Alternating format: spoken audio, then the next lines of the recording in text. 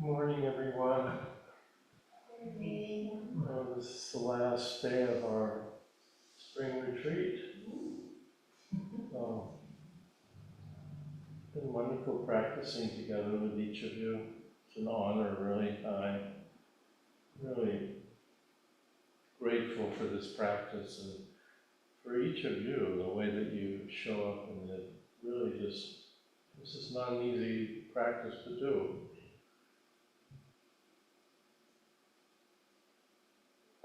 And yeah, it is kind of the path to freedom, isn't it? Don't you feel that? Maybe freedom is hard won. So I usually, in the last day, like to talk about something that interests me, and really my Genjo Koan has to do with the environment, and I've been thinking about this for a long time, kind of struggling with it. And I think the other day I said the elephant in the room is politics, but really the bigger elephant in the room is the global crisis that we're all a part of and that we're all experiencing in one way or another. And I tried to talk about this not so long ago, and I barely got a word out of my mouth, and someone in the audience said, "Don't be a Debbie Downer." And it stopped me in my tracks, because I don't want to be a Debbie Downer. This is the last day of the retreat. I don't want to bring you down.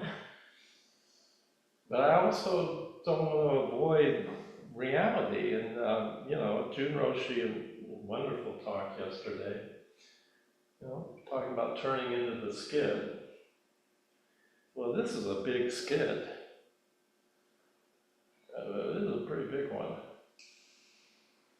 So, is there a way we can, it's such a difficult issue because we feel no agency around it. We feel disempowered because it's such a big problem. And if we start, listing all the statistics, it is really depressing, or could be. So is it possible for us to approach this in another way? So I remember years ago when I was in Boulder, and Chogyam Trungpa was teaching. This would have been back in the late 70s, and back then the existential issue was, nuclear war. That was the big deal. That was what we were all afraid of on one level, right? And there was a guy in the audience that kept asking Prabhupada about nuclear war, kind of a Debbie Downer. And Chogyam Trungpa replied, well, we have the bomb too. And the young man says, well, what's that? And Trungpa said, well, enlightenment. We have, I'll paraphrase that, we have the great eastern sun. Life always wins. So, reminds me of a story. The scientists wanted to do this experiment and see if they could take a pessimist and make him happy, and they could take an optimist and make him miserable. So they took the pessimist and they gave the pessimist all these wonderful toys and high-tech things, drones and iPhones and computers and video games, and I think maybe they even gave him a Cybertruck, and they came back to see him a couple of days later, and he was really miserable because he was afraid someone was going to put a swastika on his Cybertruck, and he was just deathly afraid that someone was going to steal his toys. So he was miserable. So they said, well, that didn't work out very well. Let's see what we can do to the optimists. So they put the optimists out in the field, and they got a whole bunch of trucks, and they put all this fresh, hot steamy horseshit in the trucks. I mean, you could smell it coming, so steam coming out the trucks, and they roll these trucks into the field and they dump this horseshit right on top of the Optimus. Steamy, nasty stuff. There's a pile of shit there, horseshit. And slowly starts to move a little bit. It starts to shake, and all of a sudden the Optimus pops out and says, "Where's the horse?"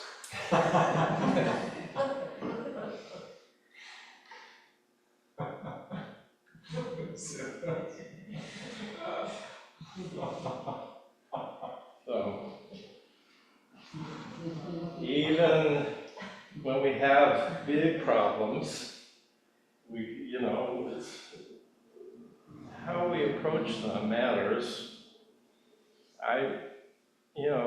Paul Hawkins, who has been an environmental activist all his life, many years ago, was kind of stuck with, as we do, get stuck with this issue, and he went out and researched all these NGOs and nonprofits, and he discovered there were a lot of people doing innovative things all over the world. He wrote a book about it. It was called Drawdown. There were like 100 different groups doing innovative things, And there are groups doing all kinds of wonderful things now. Regenerative agriculture.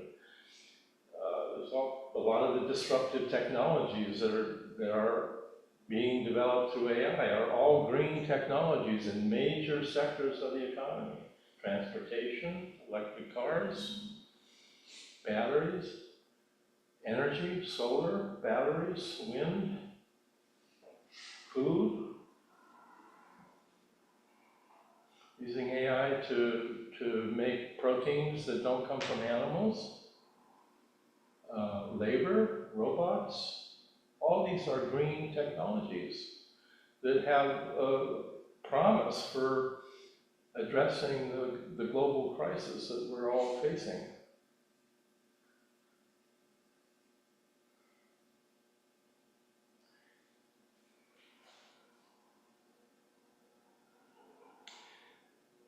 So let me read a quote by Ursula Le Guin. How does one hate a country or love one? I lack the trick of it. I know people, I know towns, farms, hills, and rivers, and rocks. I know how the sun at sunset in autumn falls on the side of a certain plowland in the hills. But what is the sense of giving a boundary to all that? Of giving it a name and ceasing to love where the name ceases to apply? What is love of one's country? Is it hate of one's own country?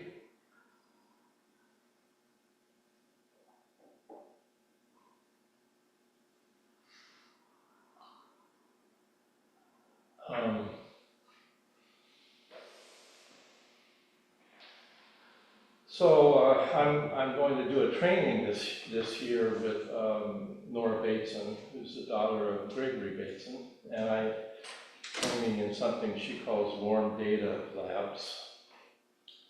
And I hope if I can figure out what she's doing and I can integrate it to share it with the Sangha here later this year. And I do believe she's discovered a new upaya for how to approach difficult issues, how to find movement where there seems to be none. And I think part of it is we have to learn how to get out of our reductionist boxes.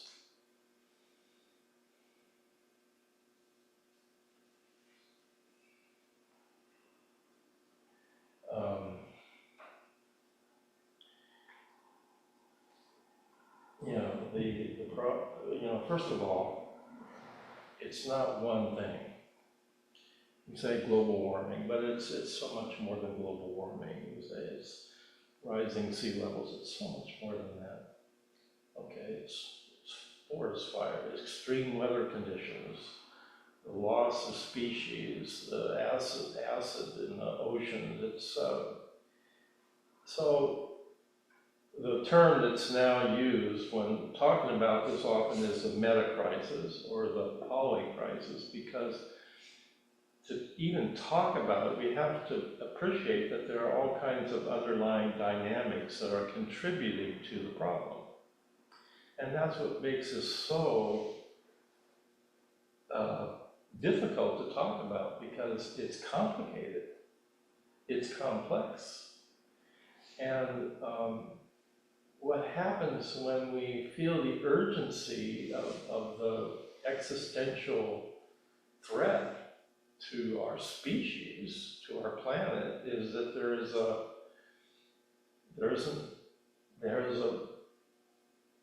urge to act, which is totally understandable. You do something.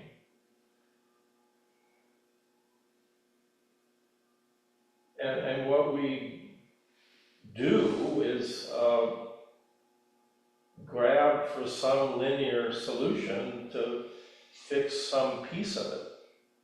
But that's what caused the problem in the first place.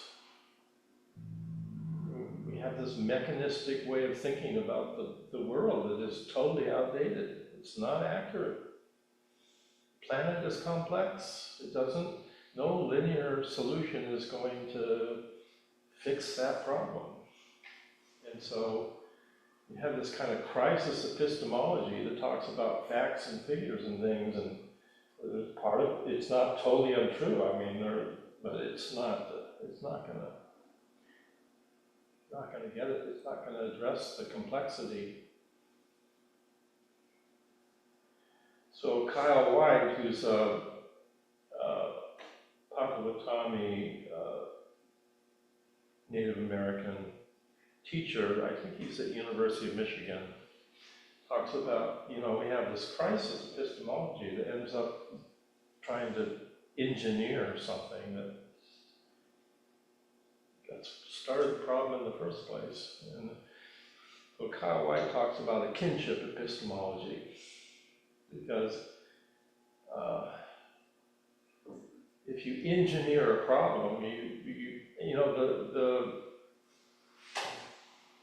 the way we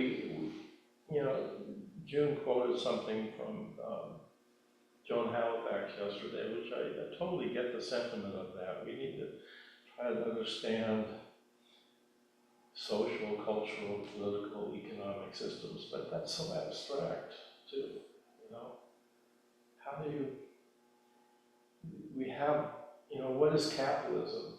I mean,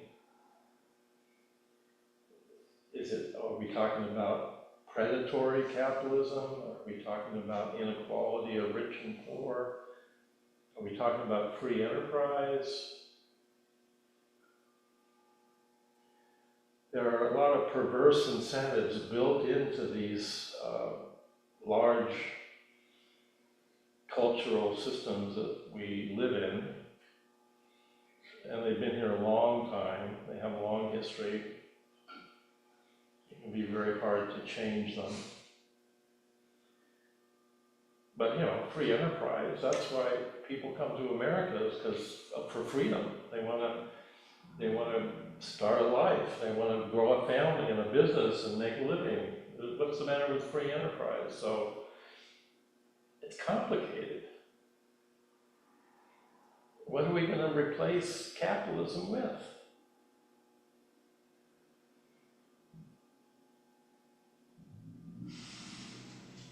So a kinship epistemology seems to me getting more towards the point is that I think we kind of learned something about this during the pandemic, that when we have these kind of extreme events, it disproportionately affects poor people and indigenous cultures. The inequality is exaggerated, exasperated by the nature of the crisis. that certainly happened during the pandemic.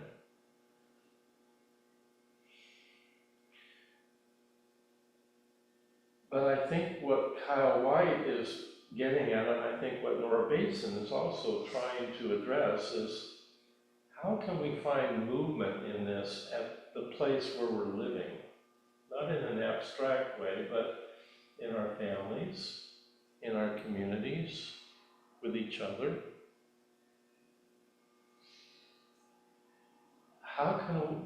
Who am I with you here now?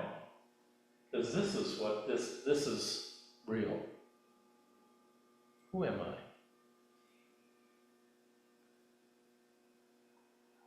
Who are you? Who are we together? Who are we becoming right now together here? And this seems to me to be where we have to begin in our relationships, how we treat each other.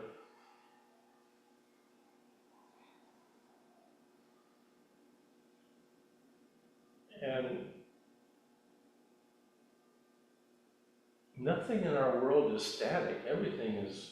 Life is always in motion, it's moving.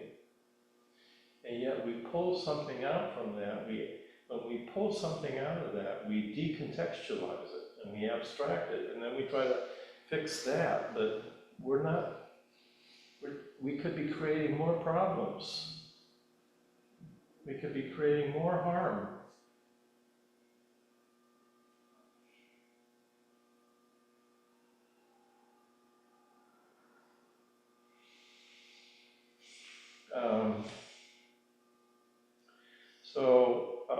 The second time that June Roshi and I went to Auschwitz for the Bearing Witness retreat with the Zen Peacemaker order, that was around 93 or 4, I think.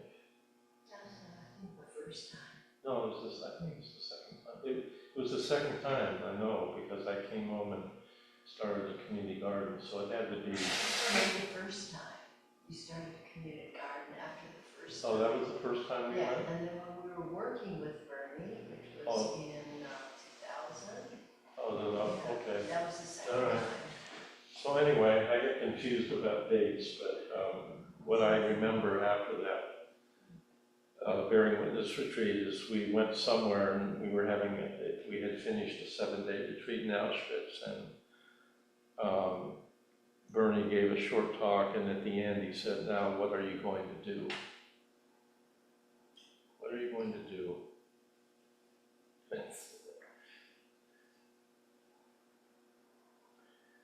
And I looked at him and I said, "I don't know. I'm going to go home to Hawaii. That's where I live." But of course, that wasn't an adequate answer for me. So now I had the Genjo koan.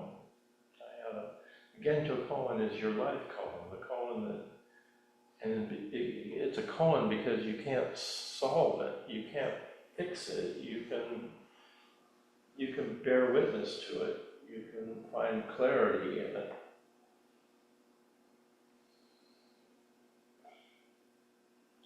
So we went home, but I went home with that question alive in me. What am I going to do? And I had no idea but I felt like I had to do something, but I didn't know what it was. And you know, that experience at Auschwitz was so dark, so much death, and so much hatred and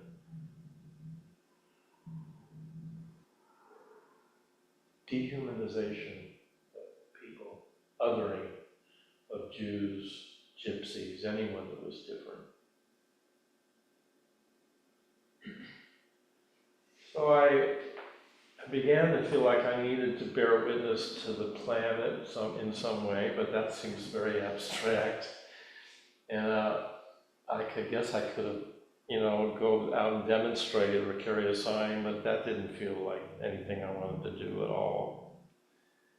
So I finally thought, well, man, that was so much death. I need to be closer to life. I need to get my hands in the earth. Maybe I'll garden. Hey, here's what, why don't I start a community garden? And we lived in Waimea on the Big Island, and I finally got this idea as a project for our Zen Center, and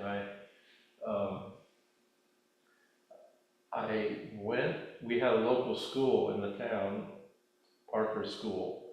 They had a big piece of land that was not being used. It was just, I don't know, a couple of acres. It was all overgrown. And so I went to their board and I made this proposal to them to let us use their land for free, because they weren't using, and we would turn it into a community garden that would be in service to the community. And I fully expected them to say no, and was surprised when they said yes.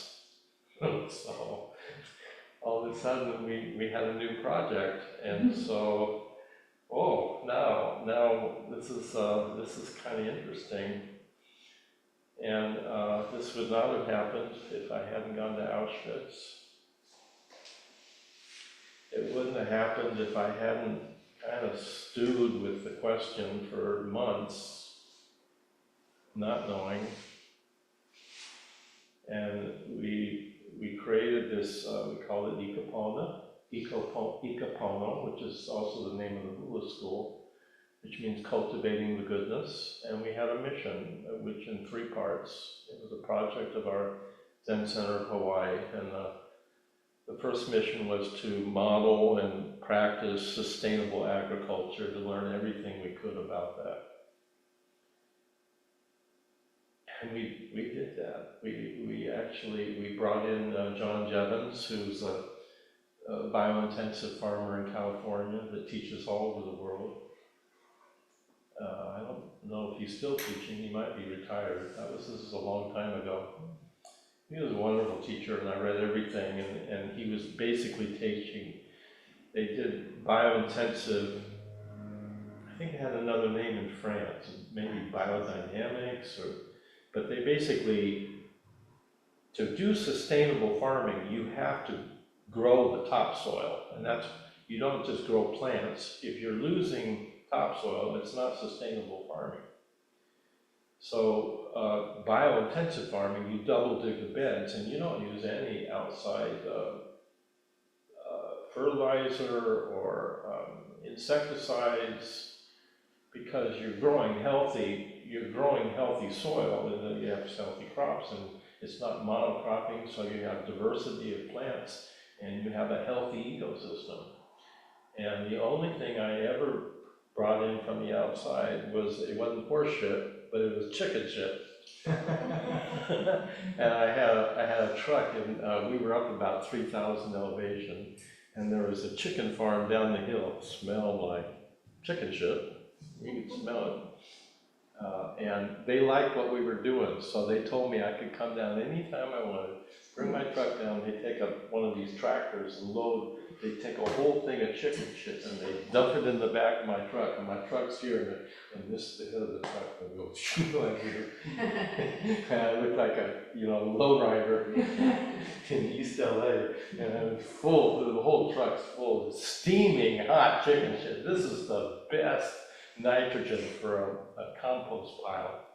And then I would drive up the hill very slowly, and because I'm a little lazy, I didn't bother to tie it off or anything. So there's only one road on the Big Island going up to Waimea, and it's a road that a lot of tourists use. So I would be going up this road with a line, because they couldn't pass, because it's a narrow road. It's all windy, and there's like 30 cars behind me, and the chicken shit is flying out the truck. Yeah. I get up there and I'd unload this chicken shit, and I was happy. I've never been so happy in my life. I come home every day just full of mud and shoveling chicken shit and making compost and you know, the formula for being sustainable and biointensive farming is you've got you're probably growing about 50–60% of your crops are carbon. Now, you can grow some of those that you use, like it could be corn, but we also grew grasses like sorghum. And that carbon, you then you use that carbon in the compost pile because it fixes the nitrogen, makes it a time-releasing humus, and we made passive compost from the carbon that we grew in the garden and the nitrogen we got from the chicken shit, and we had some good compost. We also had a worm farm. So we modeled sustainable farming. We dug the beds, and we grew everything. It was a mild climate in 3,000 elevation, so we could grow year-round. And the second part of our mission was to celebrate biological and cultural diversity. And we did that as well. We had all kinds of kids come into the garden. I'd get the kids that got sent to me from the court. They had to do community service, and they were young and they had a lot of energy, so I had them double dig the beds, you know. And we designed the garden as a mandala. We have a picture of it upstairs that I should have brought down. But and in the center was a circle where we had classes. The kids would come and we talked about farming. And towards the end, we had a big celebration where we grew a lot of sunflower seeds, and I take out a jar of sunflower seeds, and I have all the kids in the garden, and I say, how many sunflowers do you think these seeds came from? 100? 1,000? I say, would you believe it if I told you these all came from one sunflower? Abundance. Abundance. Yeah. So then they planted, and I said, now you planted that seed, but you got to take care of it. You got to come back here and water it because it won't grow unless you got to be careful with it and kind. All kinds of teachings around farming, right? And we planted hundreds of sunflowers in the garden. So we modeled biological and sustainable and cultural diversity. We had a lot of diverse plants. That's what the garden looked like from the air. I took that from a helicopter. The day I flew over, the helicopter flew down lower than he was supposed to, so I could hang out and take the photograph. And there were people in the town who were thinking there must be a drug bust at the community garden. What are they growing over there?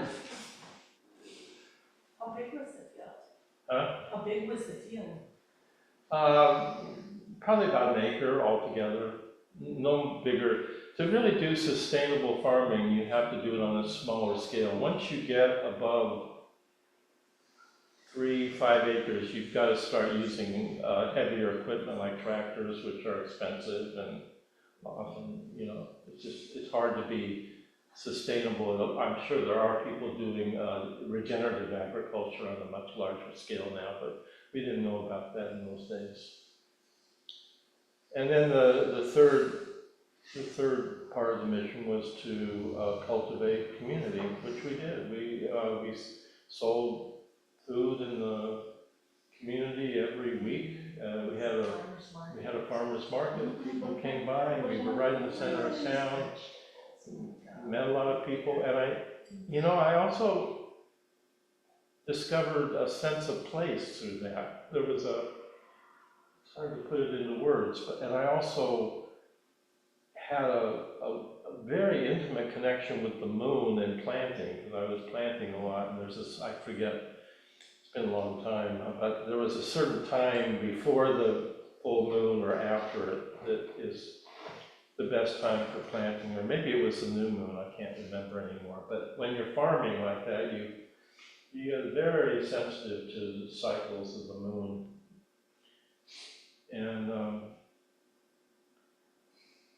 So that was my answer to Bernie. That's how I answered the koan, and I felt pretty happy with the answer.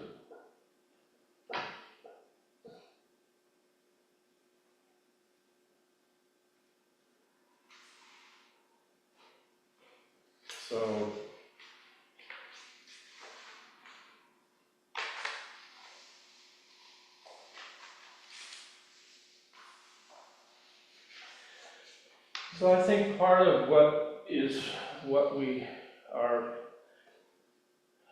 faced with, and what as practitioners, first of all, I think practicing like this is a way that we are answering the question, actually.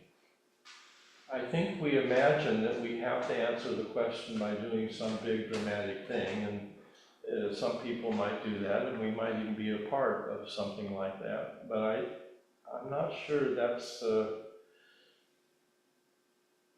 I've tried being part of groups like that and demonstrations, and it just doesn't, maybe I'm too old, maybe it's for younger people, that's possible, but it doesn't work for me. And so I think there is an awareness that we need to cultivate about the nature of the culture we're in, and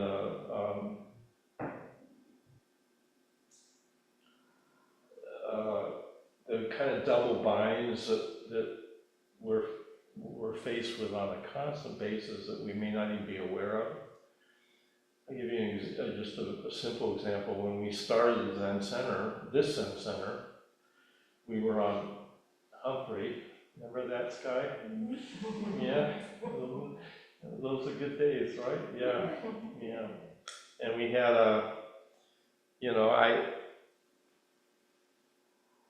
June was working at Feeding America. She's been a food banker all her life. And I knew, we were talking about losing jobs yesterday.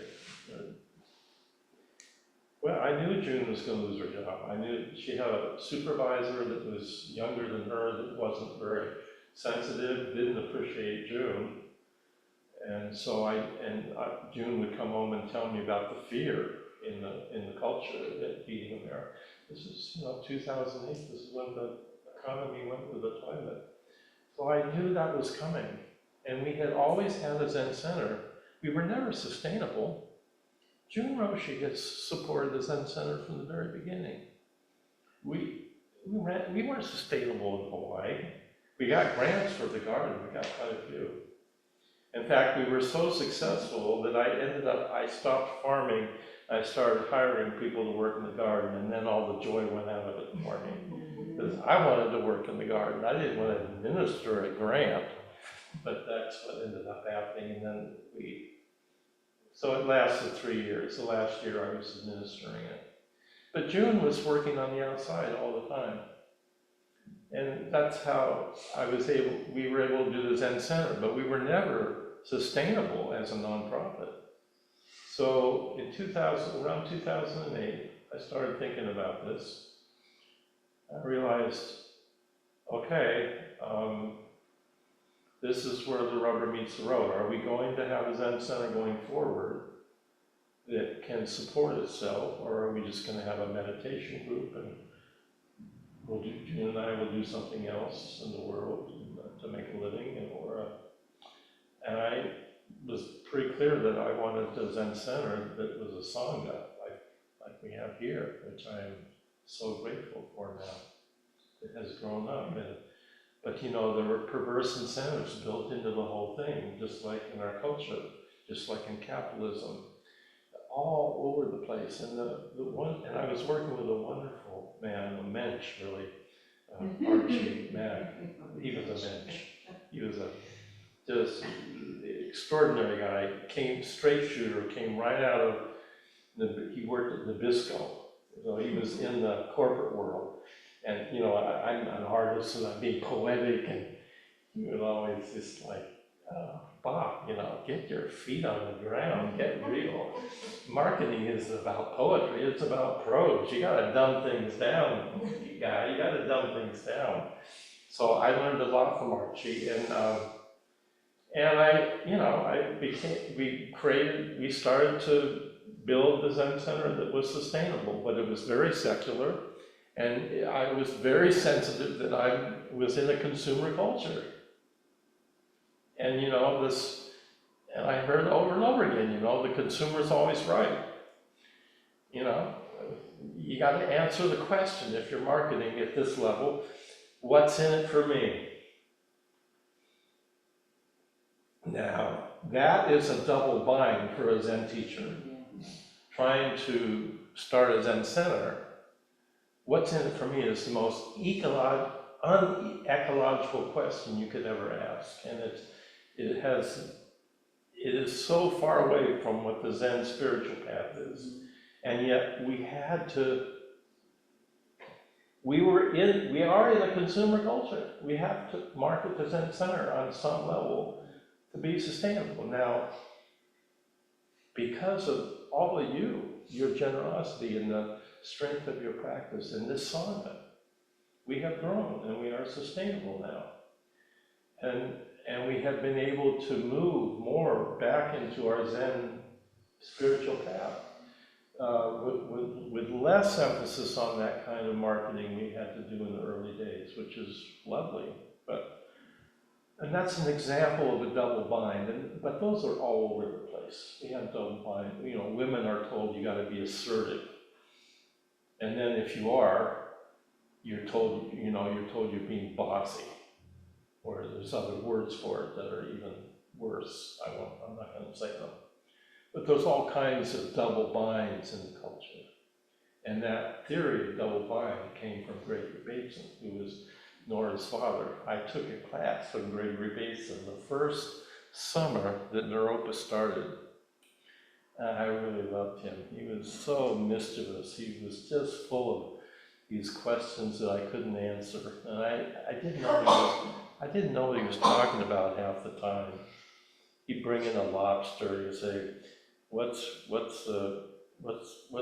how is a lobster the same as a primrose? And he'd bring in a flower. And how's that the same as you? I don't know what he's talking about.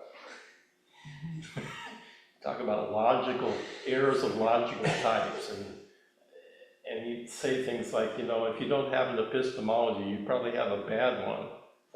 What's an epistemology? I'm a Zen practitioner. I'm practicing not knowing. You mean I need an epistemology? Yeah, you need an epistemology. So I've felt this now for quite some time, that I need an epistemology. I need a worldview that is coherent to me. I need it, and not for you or anyone. I just need it for me. It's part of. I need something that is intellectually honest and feels like it has some rigor scientifically, that it can be. That's me. That's something that, and I'm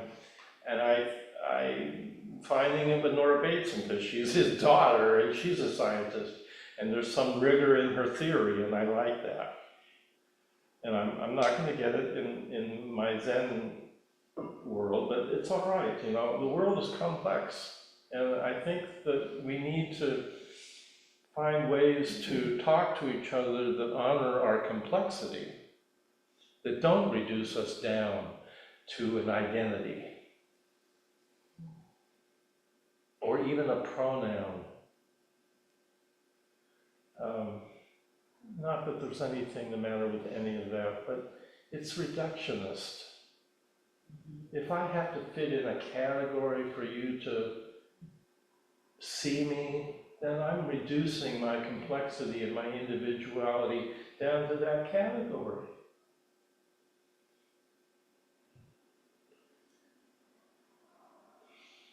So Gregory Bateson came up with a theory of double bind, and he was interested in he was an anthropologist by training. At one point he was married to Margaret Mead. And he was also very much involved with psychology. And he came up with the theory of double bind, and he was applying it to schizophrenia. So, and the idea was that if you have a family system where people, someone is facing a situation where they are put in a double bind, so that no matter what they choose, it's going to be wrong. I mean, really wrong. Then you could be creating the condition of schizophrenia. And it was very interesting to me because my mother was a schizophrenic and she had breakdowns. And I believe it was, I'll never know for sure, but to me it seemed biological and something that she, in her DNA or genes, but it could have been. I mean, my mother's breakdowns were always religious. She'd go to a Christian religious retreat, and she'd come back high as a kite. And she was, they would give her tranquilizers and give her horse tranquilizer. It wouldn't slow her down. So she was, and it has occurred to me lately that maybe there was something in her upbringing, in terms of religion, that was a kind of double bind. Because I did notice in later years, when I was, after she would kind of come out of a breakdown, she'd get, my father would take her to an institution, she would have shock therapy, and she'd come back as a vegetable. It was really sad, brutal really, but that's what they, it was, my father was afraid she'd hurt herself, she could walk through a glass door. She was jump in the pool with all her clothes on. We were at the table one night, and she was also funny and not conventional. She'd say things. We were sitting at the table, and it's me and my father and my mother, and she turns to my father. She says, "Didn't we have good sex last night?" I'm going, "Oh yeah, yeah, did you? I want to hear more." And my father's like all embarrassed, I said, "Honey, we're at the dinner table. We won't talk about these things here." So. But I did notice that she had some really screwy metaphysical ideas about religion. So it is possible that having a Scottish, very kind of religious Protestant upbringing, there was a double bind there that I never knew about. It's complicated, right? But anyway, the point is that there are double binds, and there are these kind of double binds and perverse incentives in built into our culture that make it hard to be clear or even have intellectual integrity.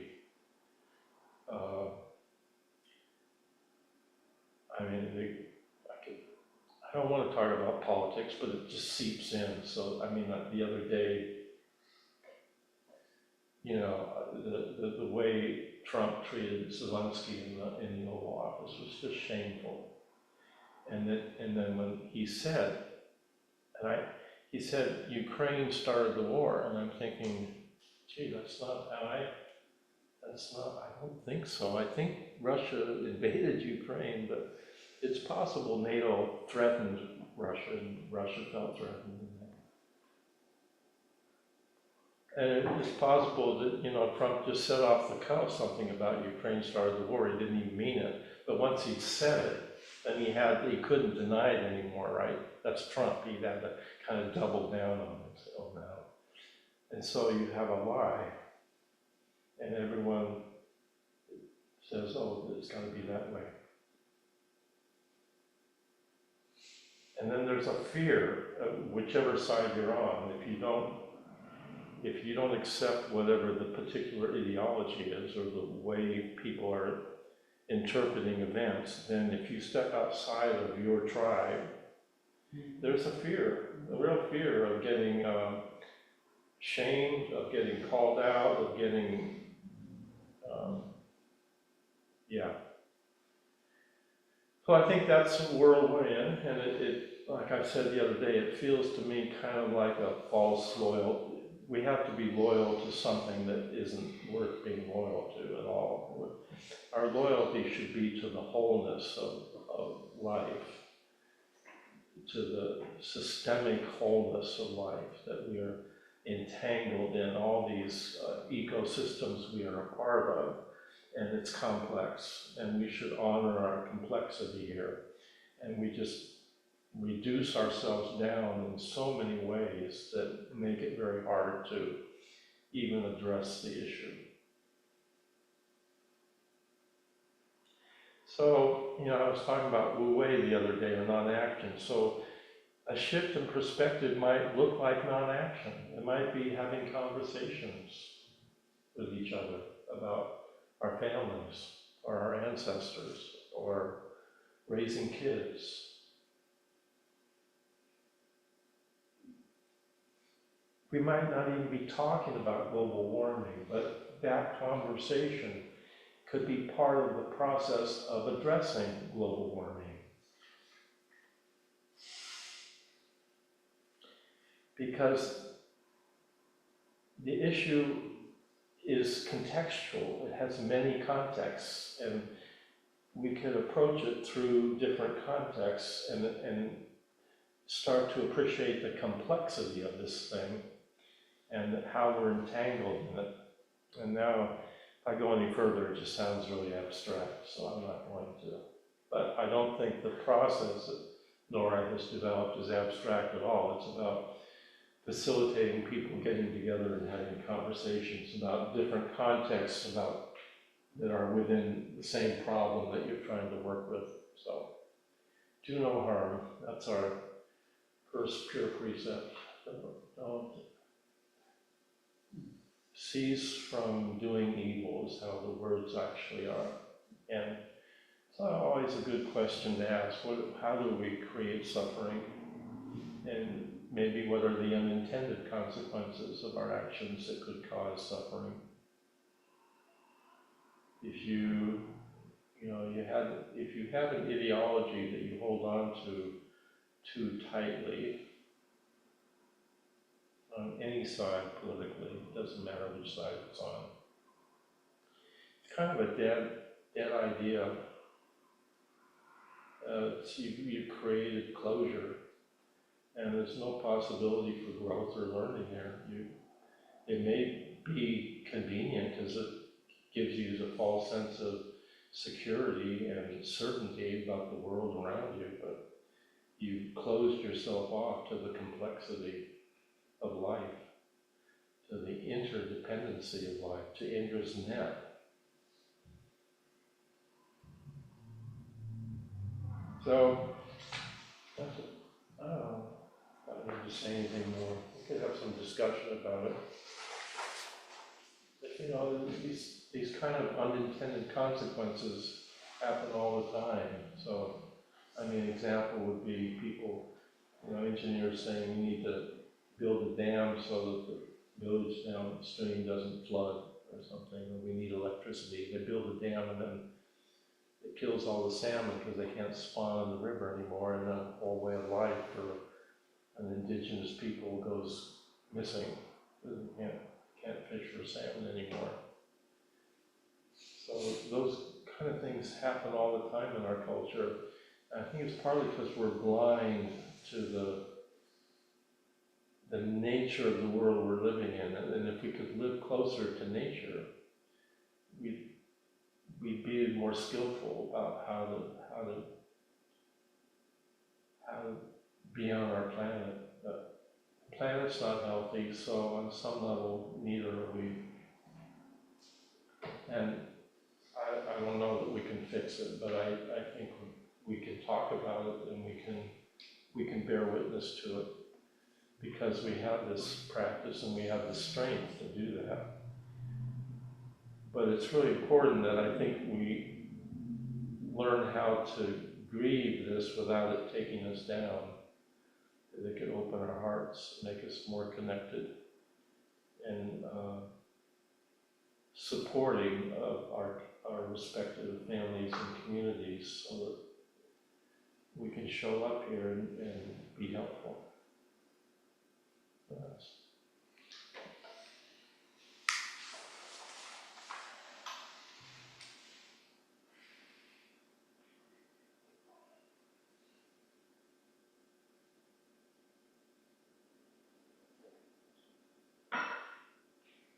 Well, Roshi, that was a really just brilliant opener to everything. I mean, and when I say like, I mean the brilliant, I mean just by lighting it up. And there's so much that you talked about. You know, I often wonder when I'm in the Zen Center why I watch so many people walk by and not knock on the door or come in or be inquisitive. Mm-hmm. And I don't know what that is, and I sometimes wonder, you know, we have a wonderful sangha, and many times people invite people in. I imagine, you know, why don't you come to this? Or maybe someone comes to like a ceremony we're doing as a guest, and then they come back. But, you know, as you're talking, you know, fundamentally, I believe, you know, I'm a family dynamics person in my profession, and I believe that when there was COVID, the world came together in synchronicity. Mm-hmm. To protect themselves, but to also be out in the world protecting one another, Mm-hmm. figuring out ways to have us all not perish. Mm-hmm. And I feel that what would be the word? Imminence, okay, creates something where it's beyond fear. You're not even in fear anymore, Mm-hmm. right? It's past the amygdala, you're just surviving. But Yeah. it shows that there's proof that globally it can be done. Right, I mean, there's a place where people can come together, right? It can be done.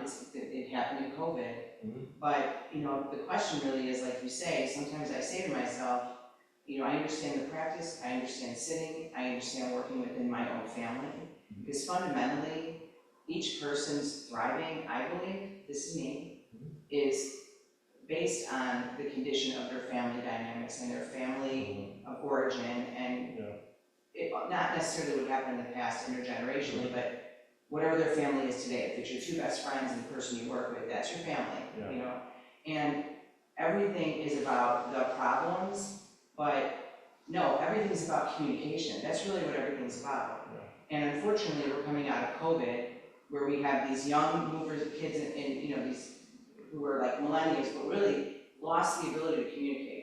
No ability to communicate, no human contact. There's like no human contact. So saying all that, really, you know, trying to make that brief is that, you know, I say to myself, what is going to bring someone to the door and be like, hello? Mm-hmm. Can I come in and see what this is? And is it like, as a sangha, do people not know we're here? Do people know we're here but they don't want to come in? Do people like, what is it? Because I believe that there's so much refuge here. Like this completely impacted. Mm-hmm.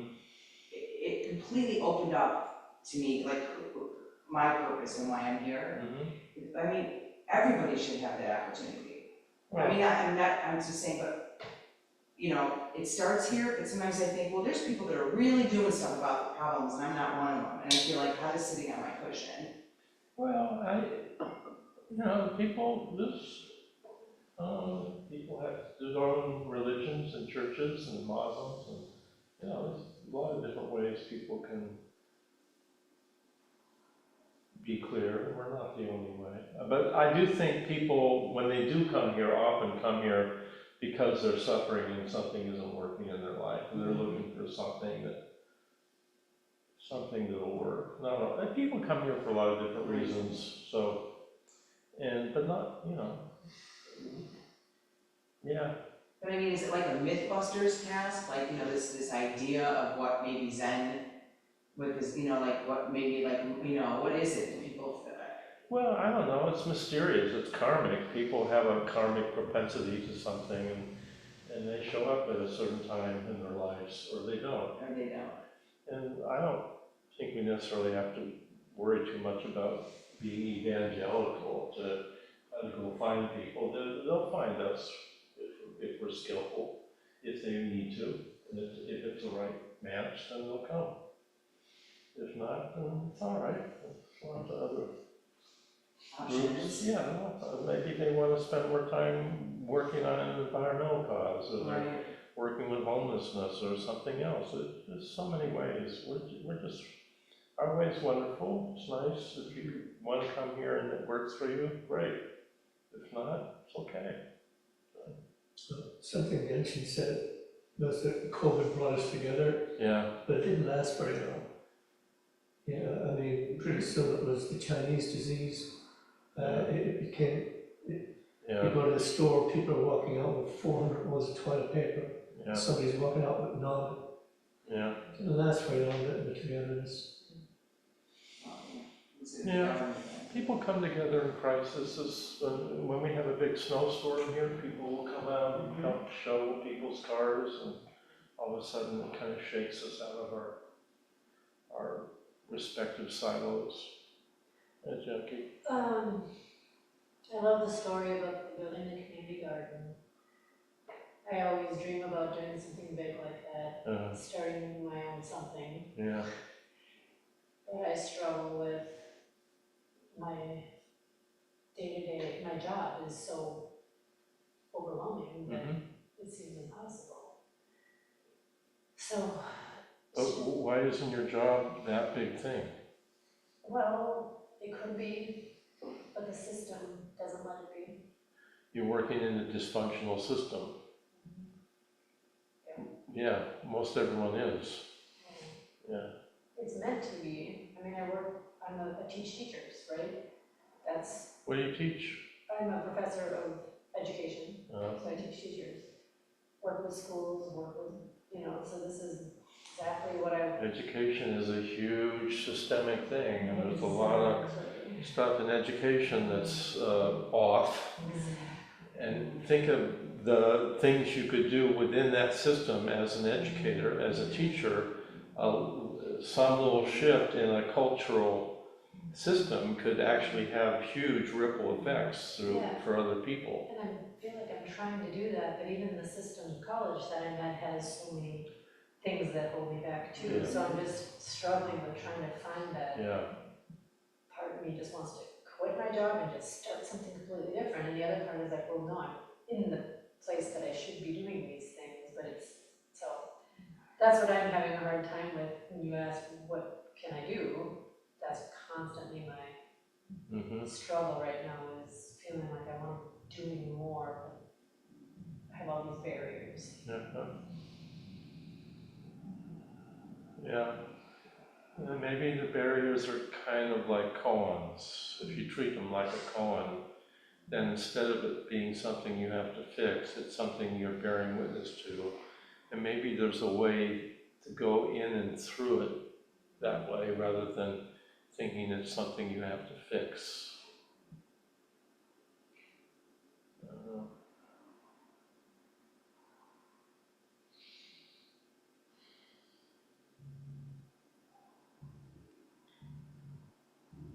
We had some kinship time at Thanksgiving. Yeah. We invited our neighbors over, and they're Trumpers. And so, like, for Thanksgiving dinner, that's what we had. Is everybody coming together. Yeah. How was it? There was like one hairy moment when my dad said that he wished Trump was dead, and the neighbors were horrified. That is a hairy moment. But aside from that, it went well. I love the food.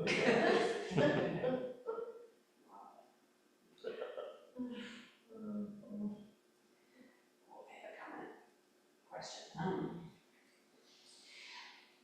I got inspired as you were talking about your community garden. And synchronistically, a few days ago, I got an invitation. I'm on the wait list for the Forest Park Community Garden. Oh, Wow. cool. And I've been thinking about, like, do I have time? I have a very busy summer ahead, but it's just a small little. It's healing to get your hands in the earth and garden. It's really wonderful. Yeah, I have that desire. but I'm thinking because of all my external commitments that I should really buddy up. And so I'm just sort of in this moment, putting it out into the world that I'm looking for a garden buddy. Why don't you put it on, why don't you make an announcement on our Circle platform and take a picture of the garden so that you can sell it to somebody. Say, hey, look, I've got this good plot. Yeah, somebody would, I hope, I think. You should make an announcement on our platform. Yeah. That's what it's there for. Yeah. There's a lot of people who look at our platform now, all our Sangha members. Thank you. Anyway. It's very inspiring. Yeah. I've been getting really into biophilic interactions, and recently got a lot of houseplants. A lot of them, and it's new. It's new, and so I have a lot to learn. The latest thing that I've heard about, what did I call it, farming? What kind of farming is it? Biointensive? No, what's happening now, where they grow a lot of plants in one area. Yeah, regenerative agriculture. They never have denuded land. They never leave the land bare. It's always got, and they could have 20 different kinds of crops on 1 acre. And then if they have cattle, for instance, they'll rotate the cattle, or the sheep, or goats, or whatever. So they're grass-fed, and all the plants are healthier, because you've got a diversity of the biology in the farm, and and they even have a kind of plow now that they use that doesn't plow up the earth. It's like a knife. It cuts into the earth and it plants the seed. So it just opens up the earth, but if you plow, the topsoil has a structure.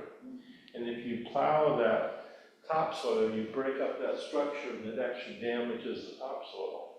And then if on top of that you leave that soil bare, that's really bad. You're diminishing the health of the soil.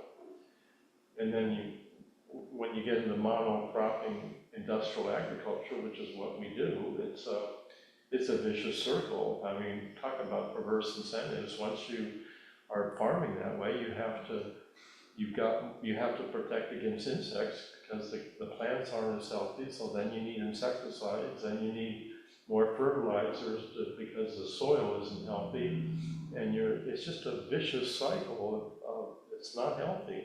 So there are things that are happening in our world that are causes for optimism, and I think if you find any video or book on regenerative agriculture, you'll be inspired that this is a way of farming that is much healthier and has a lot of promise.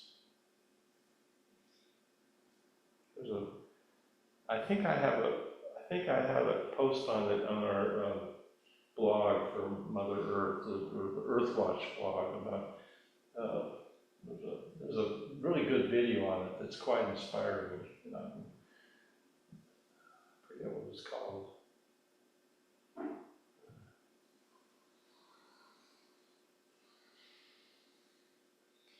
Anything else?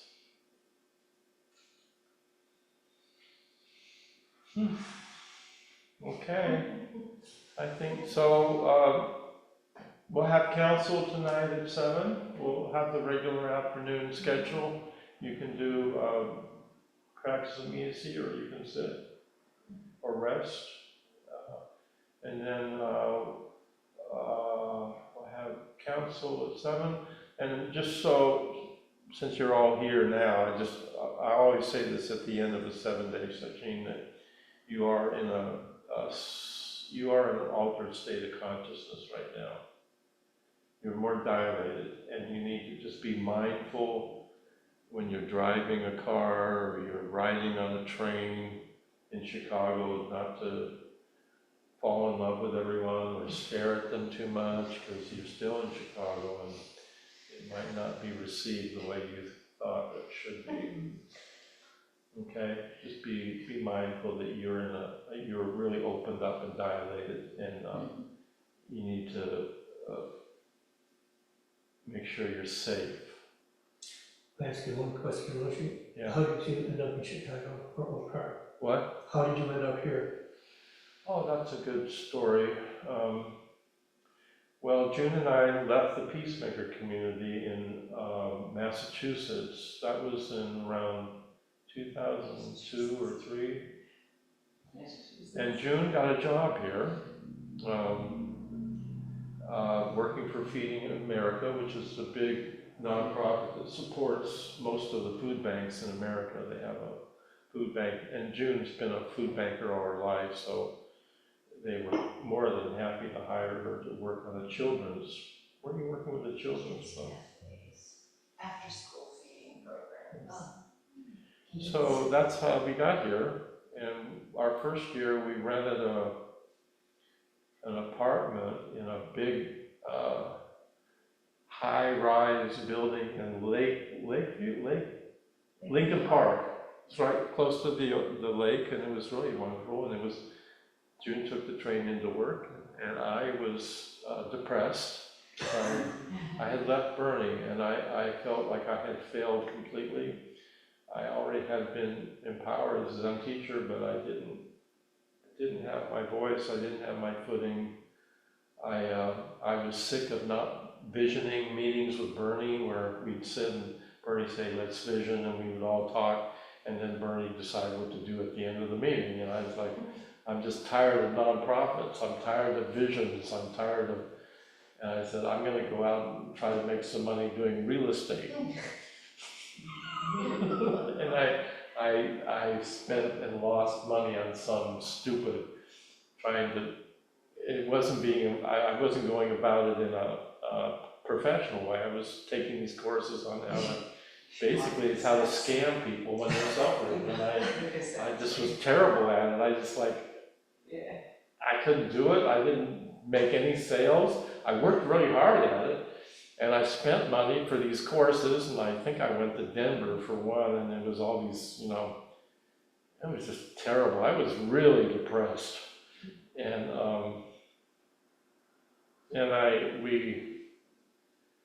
we had made some money from the sale of our house in Hawaii, and we decided that I realized I didn't want to keep renting because we were just spending all our money.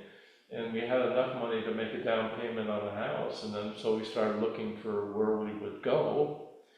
We looked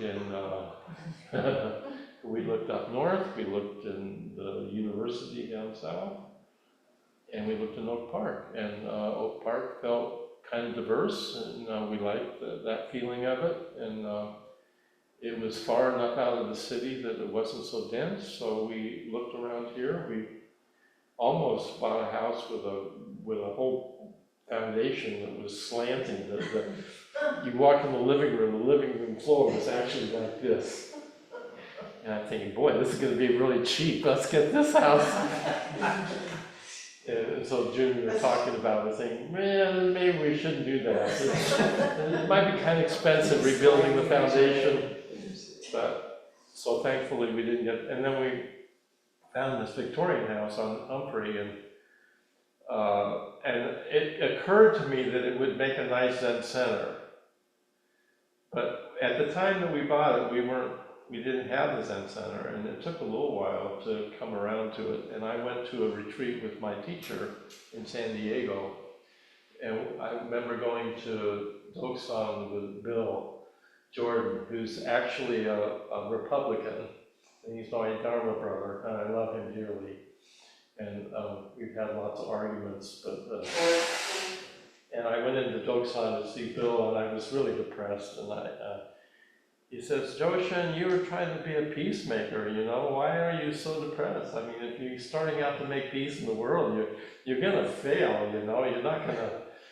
Why are you being so hard on yourself? And he kind of turned me around, and I came back from that session feeling like maybe I could find my footing again. And since this house would make a good Zen center, and so we started doing the Zen center again. We were doing a very traditional style and robes and bowing and very formal. and some of my students from Hawaii were coming for a while. But we were dying on the vine. I mean, we did an ongo, I think we had 4 people in the ongo. You know, and then I realized, you know, this style of formal Zen practice in the Midwest, I didn't grow up here, but it looks very cultish, you know? And Zen practice is already hard enough. You know how hard this was to do this retreat. This is a hard practice. Why create more hoops for people to jump through in order to get through the front door? So then I started thinking, you know, well, I've done this formal practice all my life. There's enough Zen centers around doing it already. I'm going to do it a way that feels more comfortable to me. And I feel more comfortable being secular in style and integrating neuroscience and other things. So that's when we started this new approach. And then that worked for a while in that house, but we had a neighbor from hell that didn't like us, that was reporting us to the village. And it's against the code to run a business out of your house, and that includes, unfortunately, nonprofits. And we had 2 signs hanging out front. So one day, after we had been running this formal Zen center, I got a letter in the mail, a cease and desist letter from the village saying, it appears you're running a business out of your house which violates code number, and they gave the numbers, and they said you must cease and desist immediately. And my world just turned upside down. I just like, we had put all this energy into the house. I spent a year and a half building a Japanese garden. We got a grant, someone gave us money for it, $30,000. I built this garden, beautiful. And a raised hula mound. And the hula mound I built a whole hula mound. The backyard looked like a quarry. I had rocks I loved rocks. I loved doing it. I don't regret doing any of it. It was fun. But, you know, the whole thing just came crashing down with that simple letter in the mail. And then I thought we were done. I thought it was all over, because I had been planning that was going to be our Zen center. We were going to leave it to the Sangha, and it was not to be. And we spent a year, again, being kind of depressed. Like, I was teaching classes over at the Unitarian Church, and we just didn't know what was up and what was down. And then one day we're walking out, and we walked around this corner, and there had been a dry cleaner on the corner, and it was empty. It was for rent. And I looked in there and I said, June, that might make a nice Zen center. And so we ended up leasing the space on the corner. It was a commercial lease. And we, because we were struggling with the neighbor who was giving us hell, and the village was,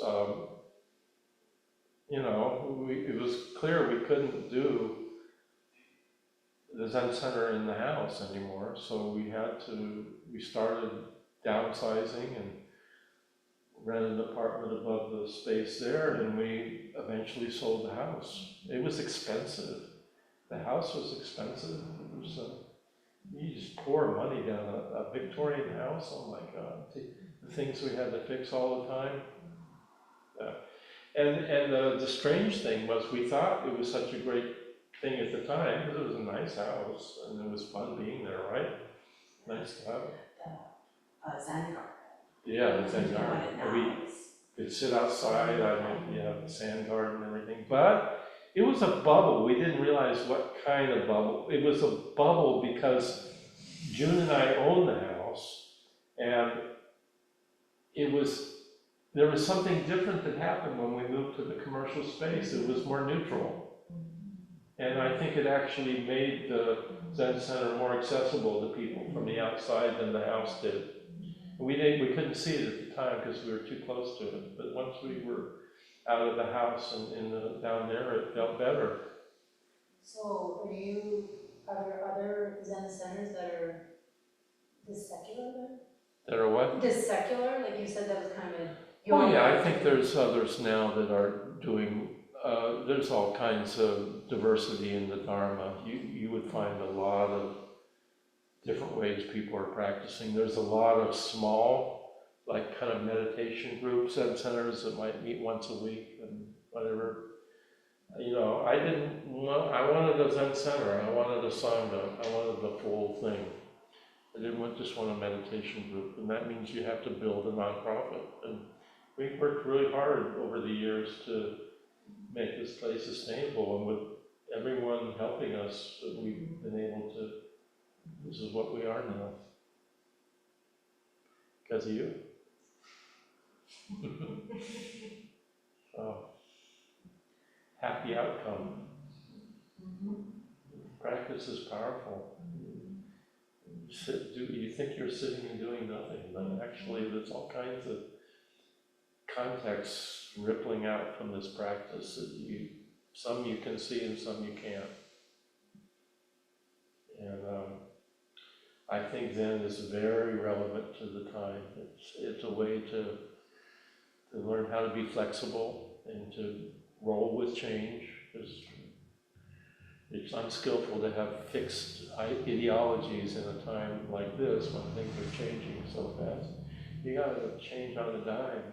You gotta be able to be nimble and keep your feet on the ground. So I could be happier with the Sangha that we have here. So it's a treasure, it really is. So thank you everyone for the retreat, for your hard practice. And it's time for lunch, huh Julie? Prepare for lunch. Thank you everyone. Thank you Steve. Thank you Linda. Oh.